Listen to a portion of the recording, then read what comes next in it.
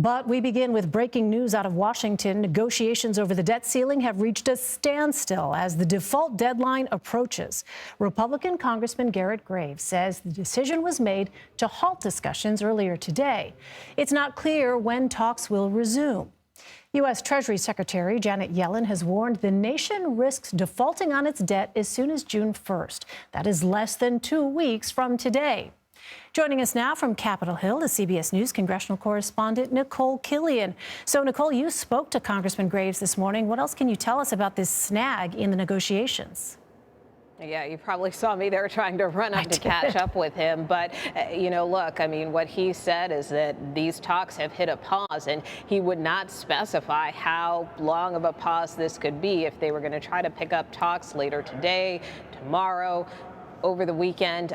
Unclear. What he did say was that, they have reached a point where he feels that the White House is being unreasonable and the talks are becoming unproductive. He noted that House Republicans have passed a strong bill. And so, if the White House negotiators didn't really want to listen to that, if you will, that it wasn't really worth talking to themselves. So I'm kind of paraphrasing what he said, but that was his general sentiment. And White House negotiators were very tight-lipped as they left this meeting as well, just saying that they are going to continue to play talks by ear. What was notable is that, the White House negotiators just arrived here on Capitol Hill a short time ago, earlier this morning, and then within, I would say, less than an hour, they broke up abruptly. So as we know, both sides have been very far apart to begin with, right? You have this House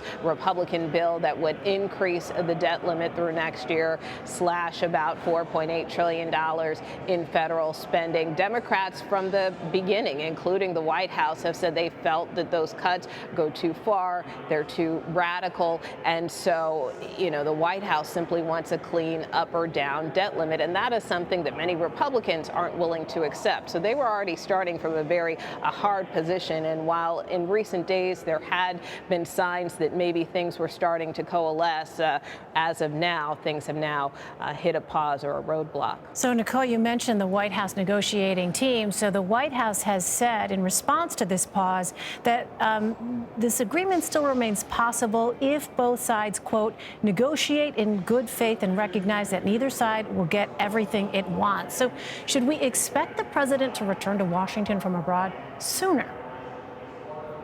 Well, it's unclear. I mean, the president was already cutting his trip short. He was supposed to go to Japan and Australia, and now he's not doing the Australian leg of the trip so that he can return to these talks and try to broker a deal. We know that he has been in touch with negotiators and his negotiating team, in fact, taking several opportunities while he has been abroad in Japan to talk with them by phone. So that being said, certainly the president is keeping a close tab on things. I think it depends how serious of a pause this could be. As I mentioned, if talks pick up later today, then maybe there's less urgency for the president to come back. But if this is both sides walking away, then perhaps he may reconsider. I think it's just too soon to tell. All right, Nikole Killion with the very latest from Capitol Hill for us. Nikole, thank you.